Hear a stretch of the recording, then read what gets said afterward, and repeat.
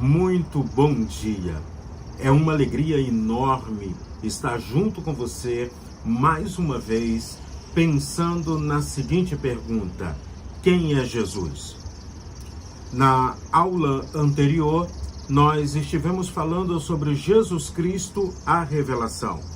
Enfatizamos o contexto histórico nosso como brasileiros, um Brasil cheio de religiosidade, e estamos na semana do Natal, né? Então, quando a gente olha para algumas distorções entre o Cristo do Natal, que nasceu há 2000 anos atrás aproximadamente, e o Jesus que muitas vezes estão falando hoje, isso nos traz uma preocupação no meio do povo de Deus.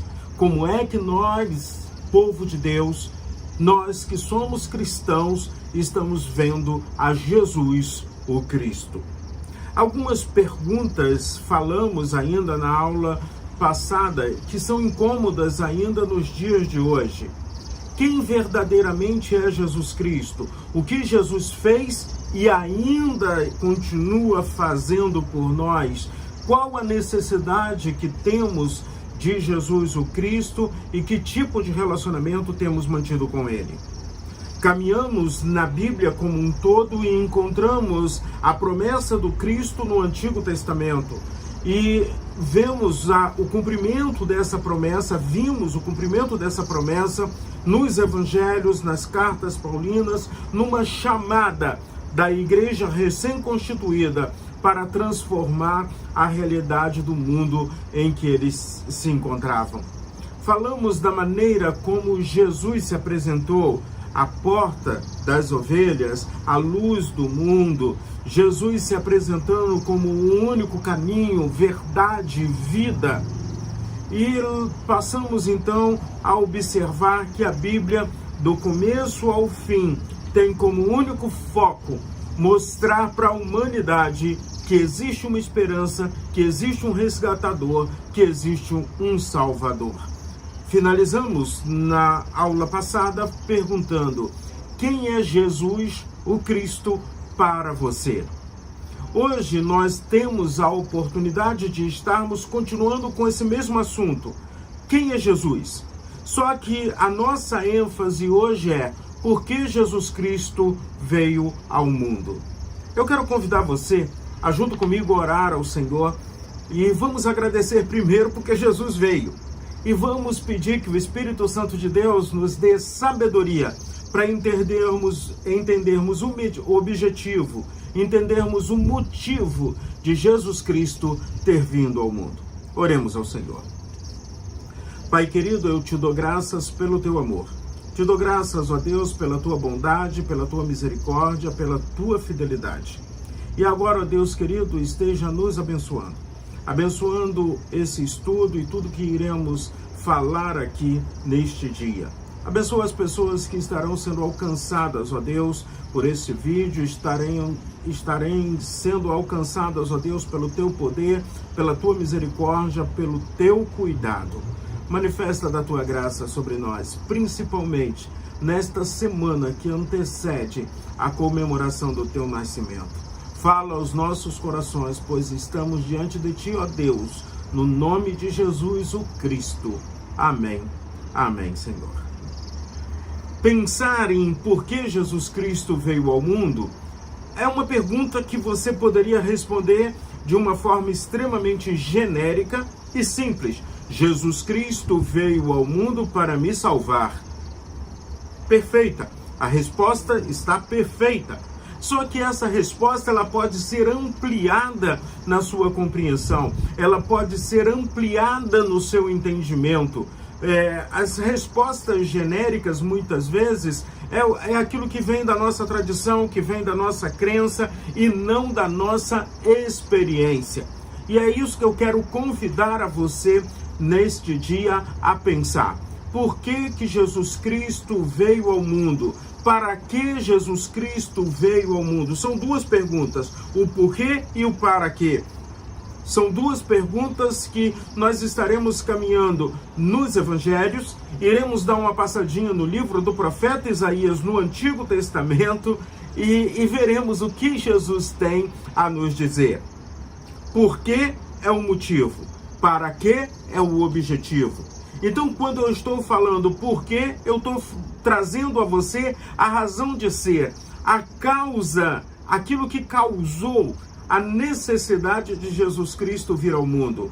Quando eu falo sobre o para quê, eu estou dizendo a você qual o objetivo de Deus ter enviado o seu único filho para vir a este mundo. E aí, quando eu começo a pensar no objetivo, eu estou falando o que Deus pretendia e continua pretendendo alcançar. Qual o objetivo, qual o motivo, ou melhor, qual o objetivo que Deus tem em realizar na vida da humanidade? Qual a propósito de Deus para a humanidade? Quais são as metas? Quais são os alvos? Então vamos começar caminhando, e eu chamo esse texto de texto áureo da Bíblia. A teologia coloca ele como o centro da razão de ser, ou seja, do motivo e do que Deus pretende para todo o ser humano. Abra sua Bíblia, se for o caso, dá um pause no vídeo, mas abra sua Bíblia e leia no Evangelho de João capítulo 3, mas não leia só o versículo 16 não, vamos ler o versículo 16, 17 e 18, porque Jesus ele é abordado por um homem cheio de dúvidas, cheio de questionamentos, com o desejo de aprender, com o desejo de crescer, com o desejo de conhecer mais de Deus. Esse homem, então, procura a Jesus, vamos dizer assim, na penumbra da noite. O nome dele era Nicodemos. E ele chega fazendo questionamentos, ele chega fazendo perguntas, querendo, com todo respeito, aprender de Jesus qual é o motivo, qual a razão de ser, o porquê de Jesus estar neste mundo. Depois de Jesus explicar-lhe da necessidade de um novo nascimento, Jesus agora vem e diz de uma forma tremenda, um texto, uma resposta a Nicodemos, que vem ecoando por esses 2000 anos, fazendo com que cada um de nós estejamos refletindo sobre a razão de ser e o propósito de Deus para a sua vida. O texto diz assim: porque Deus tanto amou o mundo que deu o seu Filho unigênito, para que todo o que nele crê não pereça, mas tenha a vida eterna.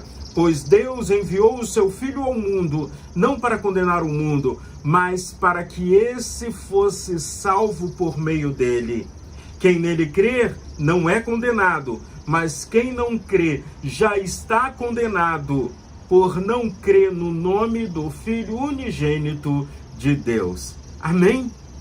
Então, quando eu leio esse texto, o motivo de Jesus Cristo ter vindo ao mundo, em João, no capítulo 16, o motivo é o amor de Deus. O amor de Deus na perspectiva do resgate, porque nós estamos perdidos. Ou como nesse texto diz, estamos caminhando para perecer, estamos caminhando para sermos destruídos, estamos perdidos completamente. E aí, qual o objetivo de Deus em Jesus Cristo? Jesus vem para nos dar, nos conceder a vida eterna. Então, quando eu leio esse versículo, eu começo a compreender a situação que a humanidade se encontrava. E quando eu digo a situação que a humanidade se encontrava, eu me coloco também nessa situação. Alguém que está perdido, alguém que, se não crer em Jesus, irá perecer. Então, eu vejo Deus num amor tremendo. E é o motivo isso, é o amor de Deus. Paulo, escrevendo aos Romanos, inclusive, deixa claro que é nesse amor de Deus que, mesmo sendo cada um de nós pecadores, Cristo morreu por nossa causa. Então é nessa caminhada. E aí eu aprendo também que Jesus não veio para condenar nesse momento. Jesus veio para transformar. Jesus veio para resgatar. Jesus Cristo veio para salvar o mundo, salvar a humanidade, salvar as pessoas. Agora, eu preciso ter consciência de que Deus respeita a minha liberdade, Deus respeita a sua liberdade, Deus respeita as nossas escolhas, Deus respeita os caminhos que muitas vezes escolhemos andar. Mas eu também tenho que dizer com você, andar com Cristo é a melhor coisa desta vida. Andar com Cristo é a melhor coisa que pode acontecer com você, da mesma maneira como aconteceu na minha vida, da mesma maneira como aconteceu comigo. Então, quando nós começamos a caminhar, aí eu vejo um Jesus que se preocupa, que se resgata, que se preocupa em resgatar, se preocupa em dar um novo significado à vida de homens e mulheres. Porque, vamos de novo, quando eu falo de humanidade, eu estou sendo extremamente genérico. E muitas vezes eu não me encaixo nessa humanidade. Mas quando eu falo do Jesus que está cuidando de homens e mulheres, aí sim eu estou vendo o Jesus, o Cristo, que veio fazer diferença entre nós. Para uma melhor compreensão, Jesus muitas vezes usava de parábolas. E as parábolas era a maneira como Jesus, na sua época, usando situações do dia a dia, ensinava as pessoas a respeito de assuntos, a respeito de coisas de grande profundidade espiritual. Mas mesmo com essa profundidade espiritual, Jesus trazia lições tremendas de amor. E aí então vamos primeiro na casa de Zaqueu. Zaqueu era um publicano. Zaqueu era um cobrador de impostos. E aí quando eu estou diante da casa de Zaqueu, eu chego ali no Evangelho de Lucas, no capítulo de número 19, e aí então eu vejo que Jesus estava sendo criticado por estar na casa de Zaqueu. E as pessoas estavam criticando a Jesus, e aqui é um encontro pessoal, e depois a gente vai entrar nas parábolas. Jesus estava ali naquele momento porque Jesus se convidou. Zaqueu só queria ver Jesus passar. A curiosidade levou Zaqueu a subir em cima de uma árvore. E então aquelas pessoas estavam criticando a Jesus porque Jesus está na casa de um pecador.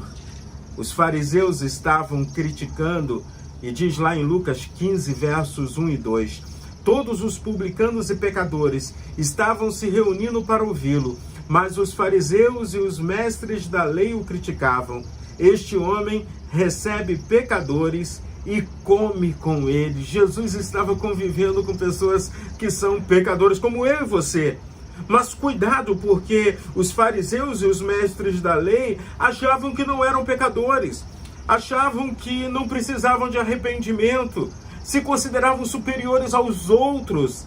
E aí eu vejo nessa crítica dos publicanos, ou dos fariseus e dos mestres da lei, com relação a Jesus estar na casa de um publicano, eu vejo críticas cheias de preconceito, arrogância religiosa, demonstração de incredulidade em relação ao poder de Deus.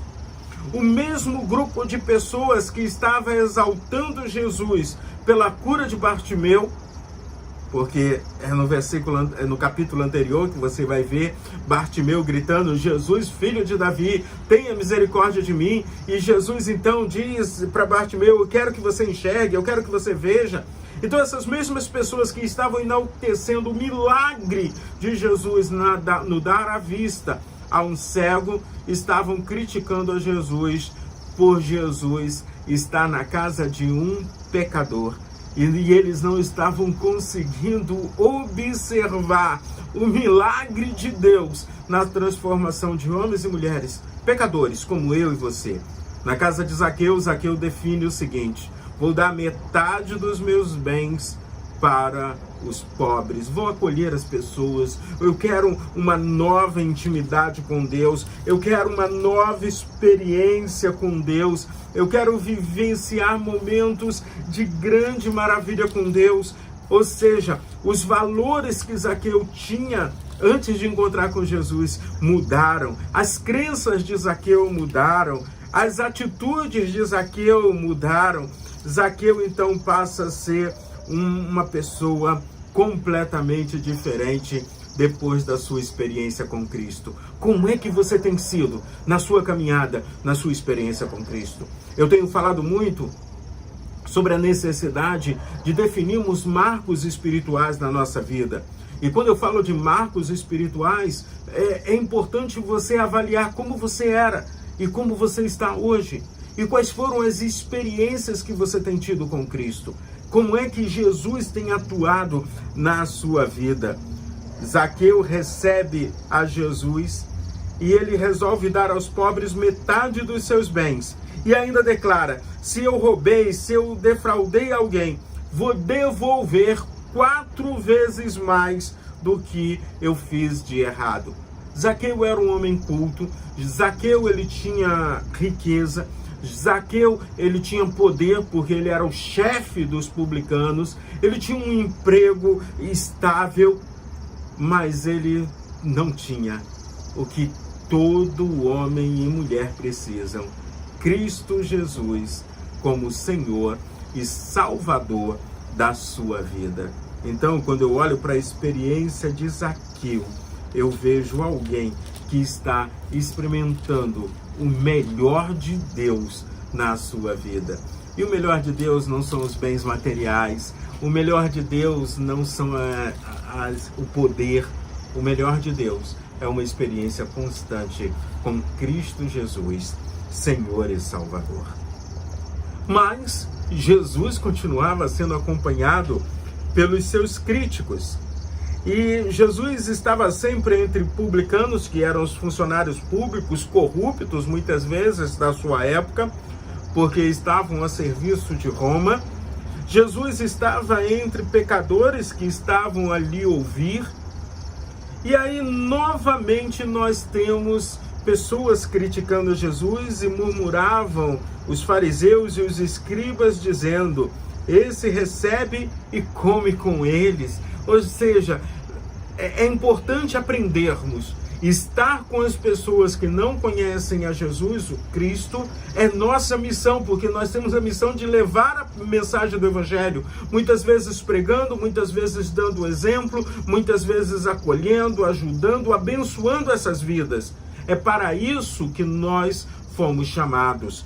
E Jesus nos ensina isso. Infelizmente, muitas vezes as pessoas se trancam numa redoma como se não tivessem vivenciado a sua experiência de vida antes de Cristo. E ao mesmo tempo, nessa redoma, se acham melhores do que os outros, como os fariseus, como os escribas, como os doutores da lei da época de Jesus. Mas Jesus, então, para facilitar a compreensão, facilitar o entendimento, Jesus começa a ensiná-los através de parábolas.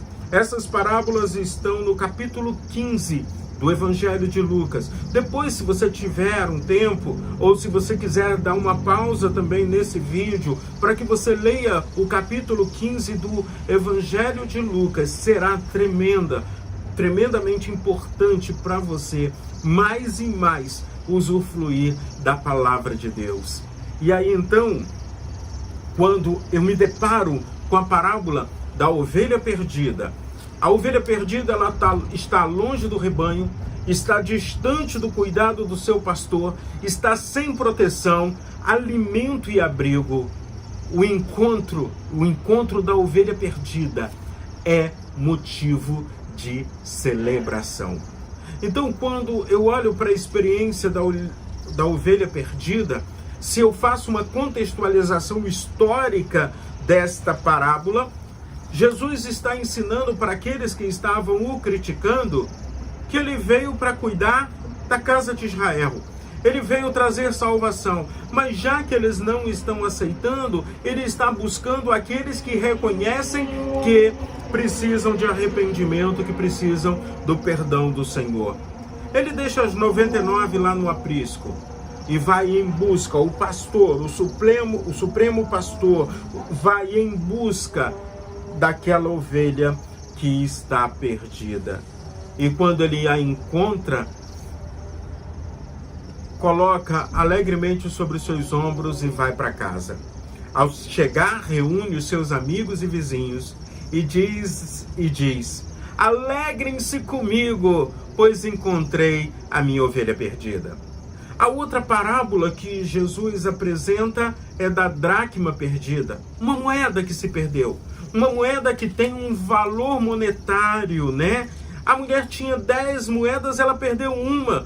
Ela poderia esquecer, foi só uma, continuo com 9. Mas o valor dessa moeda perdida, a moeda enquanto perdida, ela é inútil, porque ela não pode ser usada. O seu valor, apesar de ela ter um valor monetário, se ela está perdida, ela está sem valor nenhum. E para encontrar a moeda, dá trabalho. Aprendam isso. É preciso acender a candeia. E acender a candeia no entendimento que a casa provavelmente era uma casa humilde, uma casa pobre, em que não tinham janelas, então precisaria de uma boa iluminação para tentar encontrar a moeda, precisaria de luz. Além de precisar de luz para encontrar a moeda, havia ainda a necessidade de varrer a casa, tirar a sujeira, limpar a casa, talvez modificar os móveis de lugar, talvez levantar o sofá ou levantar o tapete e tirar as coisas do seu lugar para poder modificar, ou seja, mexer no estado de conforto ou na situação em que aquela casa se encontrava. E ao encontro daquela moeda que estava perdida, nós temos novamente celebração. Versículos 9 e 10 do Evangelho de Lucas diz: e quando a encontra, reúne suas amigas e vizinhas e diz: alegrem-se comigo, pois encontrei a minha moeda perdida. Eu lhes digo que da mesma forma, há alegria na presença dos anjos de Deus por um pecador que se arrepende. E aí então, vamos procurar as nossas moedas perdidas? Estamos prontos a estarmos a serviço do Senhor nessa busca? A última parábola, eu gostaria de...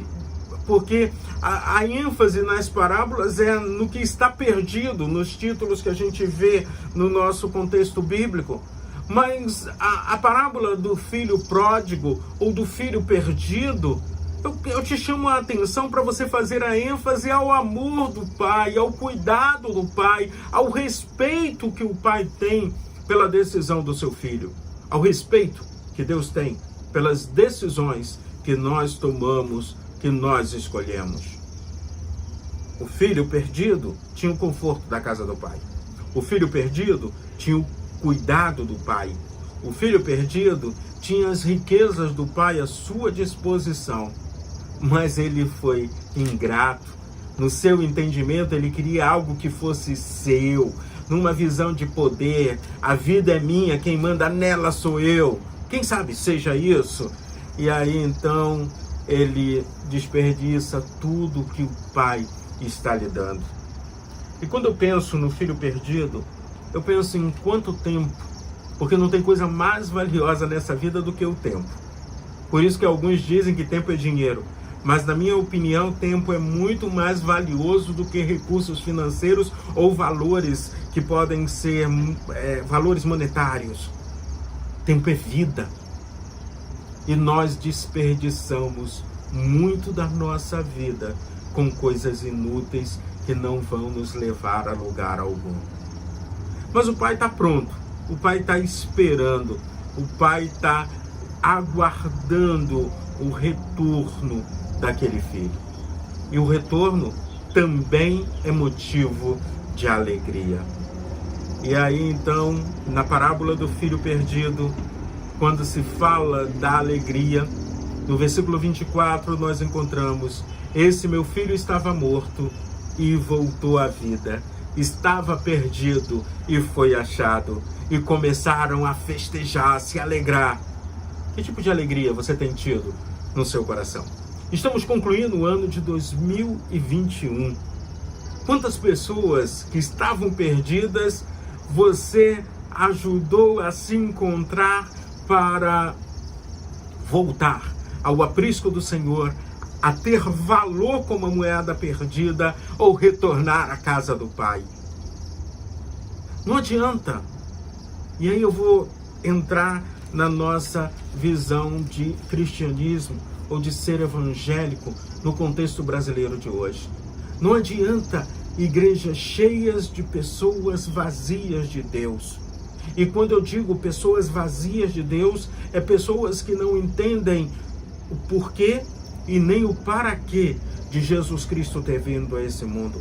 Porque se entendemos o porquê, a todo momento nos apresentamos diante do Senhor com o coração quebrantado. Se entendemos o porquê, estamos comprometidos com a missão que recebemos do Senhor. Porque Jesus veio, voltou ao céu e deixou essa missão para eu e você. Deixou a missão para a sua igreja, que somos nós, os cristãos. Então, às vezes eu fico olhando para o contexto da igreja nos dias de hoje, gastamos recursos financeiros, gastamos energia, gastamos tempo, gastamos vida em coisas que estão completamente distante da missão que recebemos do Senhor. E a nossa missão é mostrarmos ao mundo quem é Jesus. A nossa missão é levar o mundo a conhecer que Jesus é o Cristo, que Jesus é o Salvador. Então, o motivo de Jesus ter vindo ao mundo é porque sem Cristo a humanidade está perdida. Sem Cristo estamos perdidos. O objetivo é resgatar, é salvar, é nos achar, é fazer com que estejamos nos encontrando. E aí então, nessa caminhada, como eu disse, eu iria lá no Antigo Testamento, no livro do profeta Isaías, no capítulo 53, e muitos chamam esse texto como o texto do servo sofredor. E eu quero que você olhe não mais como servo sofredor. As dores que o Senhor Jesus levou sobre si foram reais. O sofrimento de Jesus foram reais. Mas também Jesus passou por tudo isso para na cruz nos dar a vitória. No capítulo 53, versículos de 4 a 6 do livro do profeta Isaías diz assim: certamente ele tomou sobre si as nossas enfermidades, sobre si levou as nossas doenças. Contudo, nós o consideramos castigado por Deus, por ele atingido e afligido. Mas ele foi transpassado por nossas transgressões, foi esmagado por nossas iniquidades. O castigo que nos trouxe a paz estava sobre ele, e pelas suas feridas fomos sarados. Todos nós, tal qual ovelha, nos desviávamos, cada um de nós se voltou para o seu próprio caminho, e o Senhor fez cair sobre ele a iniquidade de todos nós. Então, como é que a humanidade se encontrava? Ou melhor, como nós nos encontrávamos, ou como eu e você nos encontrávamos, sem Jesus, doente da alma, doente do corpo, doentes. E por isso nós temos uma sociedade doentia, cheia de violência, cheia de maldade, cheia de crueldade, cheia de iniquidade. E nós precisamos rever os nossos conceitos a respeito de quem é, como é que a humanidade se encontra. Tem alguns que acham que está tudo bem. Agora estamos caminhando talvez com indiferença a essa realidade. Temos que sair da indiferença. A humanidade se encontrava e continua ainda sem Jesus, cheio de transgressões, cheio de iniquidades, perdida e sem alternativa para mudar essa realidade. Isaías diz: todos nós, tal qual ovelha, nos desviávamos, cada um de nós pelo seu próprio caminho. Uma ovelha desviada é uma ovelha que está suscetível à ação do mal, à ação do lobo, à ação das dificuldades. A ovelha é um animal dependente. A ovelha precisa de cuidado do seu pastor. Ela precisa ser alimentada, ela precisa ser protegida, ela precisa de abrigo. E é Jesus quem faz isso com cada um de nós. E como é que Jesus fez isso? Ele levou sobre si, na cruz, no Calvário, as nossas iniquidades, o nosso pecado. O Senhor fez cair sobre ele a iniquidade de todos nós. Então, quando Jesus estava pendurado ali naquela cruz, quando Jesus estava ali naquele madeiro, quando Jesus declarou, está consumado, ele estava levando sobre si as nossas iniquidades, ele estava levando sobre si os nossos pecados.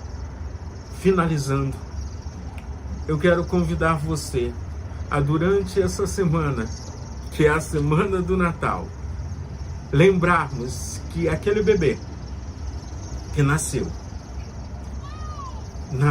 condenado à morte. Não condenado à morte por Herodes, que tentou matá-lo antes dos 2 anos de idade. Não condenado à morte porque tinha cometido um crime ou tinha cometido um pecado por ser um criminoso, mas condenado à morte porque estávamos perdidos e ele veio para nos resgatar, para nos salvar. E aí, quando a gente começa a caminhar na perspectiva do antigo Israel, nós entendemos que já ali, na primeira Páscoa, ainda no Egito, o Cordeiro era a imagem do que Jesus Cristo haveria de fazer por cada um de nós. Então Jesus já estava condenado à morte desde que nós pecamos. Jesus já estava condenado à morte desde quando declarou Deus para homem e mulher: haverá de vir aquele que há de esmagar a cabeça da serpente. E não é eu nem você. Eu fico vendo às vezes alguém gritando assim: pisa, pisa, pisa na cabeça da serpente. A cabeça da serpente já foi pisada em Cristo, na cruz, no Calvário. E aí, Pedro, alguém que caminhou com Jesus, que teve seus altos e baixos, alguém que declara: tu és o Cristo, o Filho do Deus vivo, e logo depois tenta dissuadir Jesus de continuar a sua caminhada para a cruz, a sua caminhada para o resgate da humanidade, e ouve de Jesus: apartai-vos de mim, para trás, porque essa palavra não é sua, Pedro. O Pedro que nega a Jesus, e aí, ao negar a Jesus, ele confessa: eu te amo, Cristo, eu te amo, eu te amo. Eu acho que ali no Evangelho de João tem 3 vezes Pedro dizendo: te amo, te amo, te amo. O Pedro que negou a Cristo agora recebe a sublime missão de apacentar as ovelhas do Senhor. Tá? Tem pastor que diz: as minhas ovelhas. Eu acho que nós somos às vezes tão prepotentes que achamos que temos alguma coisa, mas é a melhor forma de dizer assim: seguinte, eu como pastor, eu estou aprendendo a dizer isso também. As ovelhas que o Senhor me confiou para cuidar, para pastorear. Mas o supremo pastor, o dono das ovelhas, é Cristo, o Senhor. Então Pedro diz assim: para isso, e ele está falando para você, cristão, ele está falando para você que é a igreja de Cristo, para isso, vocês foram chamados, pois também Cristo sofreu no lugar de vocês. Jesus nos substituiu na cruz. Da mesma forma que o Cordeiro Pascual substituía aquele que estava o entregando como oferta, Jesus Cristo, como João o vendo ele se aproximar, declarou: o Cordeiro de Deus, que verdadeiramente tira o pecado do mundo. O verdadeiramente é meu, tá? Então vamos lá. 1 Pedro capítulo 2, versículos 21 a 25 diz assim: para isso vocês foram chamados, pois também Cristo sofreu no seu lugar, ou no lugar de vocês, deixando-lhes exemplo, para que sigam os seus passos. Então, meus irmãos, vamos seguir os passos de Jesus. Vamos caminhar como Jesus caminhou aqui nesse mundo. Jesus caminhou entre pecadores, Jesus caminhou entre pessoas marginalizadas, Jesus caminhou entre o povo, Jesus se vestia como do povo, por isso Judas precisou beijar, porque Jesus não tinha uma roupa diferente, uma roupa especial para se sobressair em relação aos seus discípulos. Jesus estava entre os iguais, mesmo sendo Deus eterno, Deus todo-poderoso, o Verbo de Deus que se fez como um de nós, ou como Paulo diz, aquele que deixou a sua glória para estar entre nós. Então vamos seguir os passos de Jesus, como Jesus, com simplicidade, com humildade e com amor, com compaixão, com misericórdia. Continuando, Pedro diz, ele não cometeu pecado algum, nenhum engano foi encontrado na sua boca. Quando insultado, não revidava, quando sofria, não fazia ameaças, mas entregava-se àquele que julga com justiça. Pedro talvez estivesse aqui refletindo na casa de Caifás, onde ele estava vendo Jesus sendo acusado, e ali, naqueles momentos em que Pedro foi acompanhando Jesus de longe, ele levou em seu corpo os nossos pecados sobre o madeiro, a fim de que morrêssemos para o pecado e vivêssemos para a justiça. Por suas feridas, vocês foram curados. Então não carreguem aquilo que você não precisa mais. Nós fomos curados em Cristo Jesus. O próprio Jesus diz, o meu jugo o meu fardo é leve, o meu jugo é suave. Então vamos viver a suavidade da vida cristã. Pois vocês eram como ovelhas desgarradas, mas agora converteram ao pastor e bispo de suas almas. Conversão não é, muitas vezes eu tenho visto que a palavra conversão tem perdido talvez o impacto nos púlpitos de nossas igrejas hoje. Se converter é mudança de atitude, mudança de opinião, mudança de crença, para olharmos para Cristo Jesus, o nosso Senhor. Então, nesse dia, lembre-se, Jesus veio porque você estava perdido. Jesus veio para que você encontrasse o caminho, a verdade, a vida, para que você, como Pedro diz, morresse para o pecado e vivesse para a justiça. Jesus veio para nos trazer a vitória sobre a morte. E aí então, 1 Coríntios, capítulo de número 15, do versículo 54 até o versículo 58, que eu convido você ainda a caminhar comigo. E quando esse corpo corruptível se revestir de incorruptibilidade, e o que é mortal se revestir de imortalidade, então se cumprirá a palavra que está escrita: tragada foi a morte pela vitória. Onde está, ó morte, a tua vitória? Onde está, ó morte, o teu aguilhão? O aguilhão da morte é o pecado, e a força do pecado é a lei. Graças a Deus, que nos dá a vitória por intermédio de nosso Senhor Jesus Cristo. Portanto, meus amados irmãos, sede firmes, inabaláveis e sempre abundantes na obra do Senhor, sabendo que no Senhor o vosso trabalho não é vão. Então, que caminhamos com Cristo, sabendo que temos uma missão, que não foi dada aos anjos, foi dada à sua igreja. Foi dada à igreja que nascia em Jesus, e a igreja que no século 21 encontra-se neste mundo. Portanto, nós somos convidados a fazermos de Atos 1:8 o nosso lema de vida.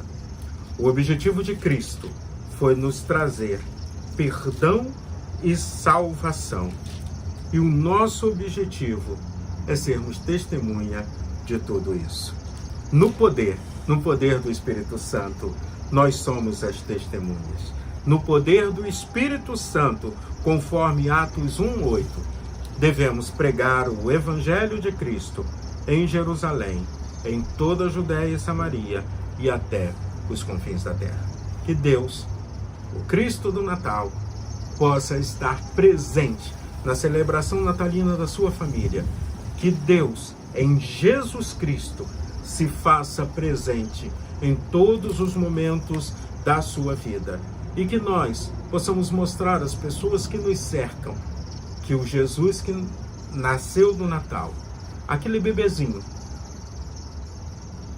se transformou no homem Jesus, Senhor e Salvador nosso. Até o próximo estudo. Feliz Natal com Cristo no coração. Feliz Natal, deixando Jesus habitar em sua vida. Feliz Natal é aquele que reconhece que Jesus Cristo é o Senhor. Amém? Oremos mais uma vez ao Senhor. Obrigado, Deus, por esse dia. Obrigado, Pai, pelo teu amor. Obrigado pela tua misericórdia. Obrigado pela tua fidelidade. Abençoa as vidas que estão conosco, ouvindo, assistindo esse vídeo. E também aqueles, ó Deus, que estão nas suas igrejas, nesse dia, celebrando o amor, celebrando a vida. Faça com que haja entendimento e compreensão de que Tu és o Cristo, Tu és o Senhor, pois aqui estamos no nome que é sobre todo nome, no nome de Jesus. Amém. Amém, Senhor. Que Deus abençoe a sua vida. Continuemos orando para que tudo que Deus queira fazer em nós e através de nós, apesar de nós, seja feito. Um grande abraço, muito apertado. Feliz Natal.